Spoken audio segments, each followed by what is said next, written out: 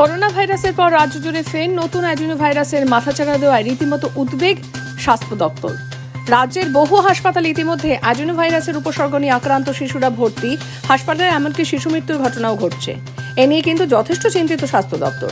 তবে এখনো পর্যন্ত মালদা জেলায় অ্যাডিনো ভাইরাসে কোনো শিশু আক্রান্ত না হলেও জ্বর, সর্দি, কাশি উপসর্গ নিয়ে বিভিন্ন মেডিকেল কলেজ ও হাসপাতালে চিকিৎসাধীন বহু শিশু। এ নিয়ে স্বাস্থ্য দপ্তরের নির্দেশিকা অনুযায়ী তৎপর মালদা মেডিকেল কলেজ ও হাসপাতাল। যথেষ্ট তৎপর মেডিকেল কলেজের চিকিৎসকরা। তবে ভর্তি থাকা শিশুর আত্মীয়রা জানিয়েছেন, গ্রামীণ হাসপাতালে পরিষেবা তেমন তারা পাচ্ছেন না।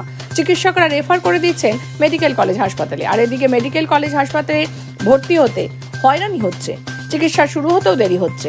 তবে মেডিকেল কলেজ হাসপাতালে বেডের সমস্যাও রয়েছে।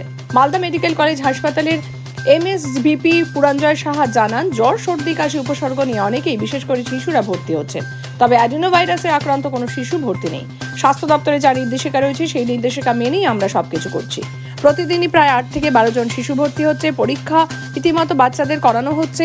এদিকে অ্যাডিনো ভাইরাসের কে নিয়ে দক্ষিণ মালদার বিজেপির সাধারণ সম্পাদক বিশ্বজিৎ রায় জানান, করোনার সময় রাজ্য সরকার যেভাবে সঠিক তথ্য সাধারণ মানুষের সামনে নিয়ে আসেনি, ঠিক তেমন ভাবেই অ্যাডিনো ভাইরাসের আক্রান্তের সংখ্যাও সঠিকভাবে আনা হচ্ছে না বলে তিনি অভিযোগ করছেন।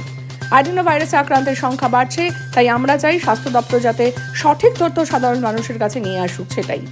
অন্যদিকে অ্যাডিনো ভাইরাস নিয়ে রাজ্যের তৃণমূল কংগ্রেসের সাধারণ সম্পাদক কৃষ্ণেন্দু নারায়ণ চৌধুরী জানান, করোনা নিয়ে যেভাবে আমাদের রাজ্য সরকার দিল্লির সাথে যোগাযোগ রেখে কাজ করছে তা অভূতপূর্ব।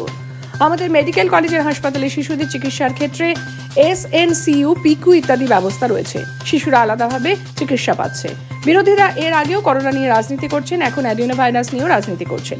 আমাদের প্রশ্ন, মৃত্যুমুখী মানুষদের নিয়ে কেন বিরোধীরা রাজনীতি করছেন? রাজনীতি করার তো আরো বহু জায়গা রয়েছে।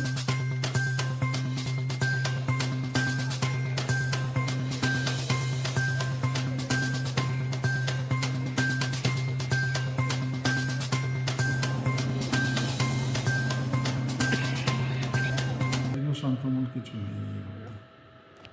আর এগুলো পিডিয়াট্রিক্স ওয়ার্ড, স্মল চিলড্রেনও রয়েছে, 12 বছর বয়স অবধি বাচ্চারা। কদিন থাকছে? ডিপেন্ড করছে, 2-3 দিনের মধ্যেই সুস্থ হয়ে বাড়ি চলে যাচ্ছে। চিকিৎসকদের কোনো ডেথ নেই, সাফিসিয়েন্ট নাম্বার অফ ফ্যাকাল্টিস আছে আমাদের। একইভাবে অ্যাডিনো ভাইরাস বাচ্চাদেরকে আজকে কিন্তু মালদায় প্রায় 10 জন বাচ্চা প্রত্যেকটা দিন ভর্তি হচ্ছে, 10টা-12টা করে বাচ্চা।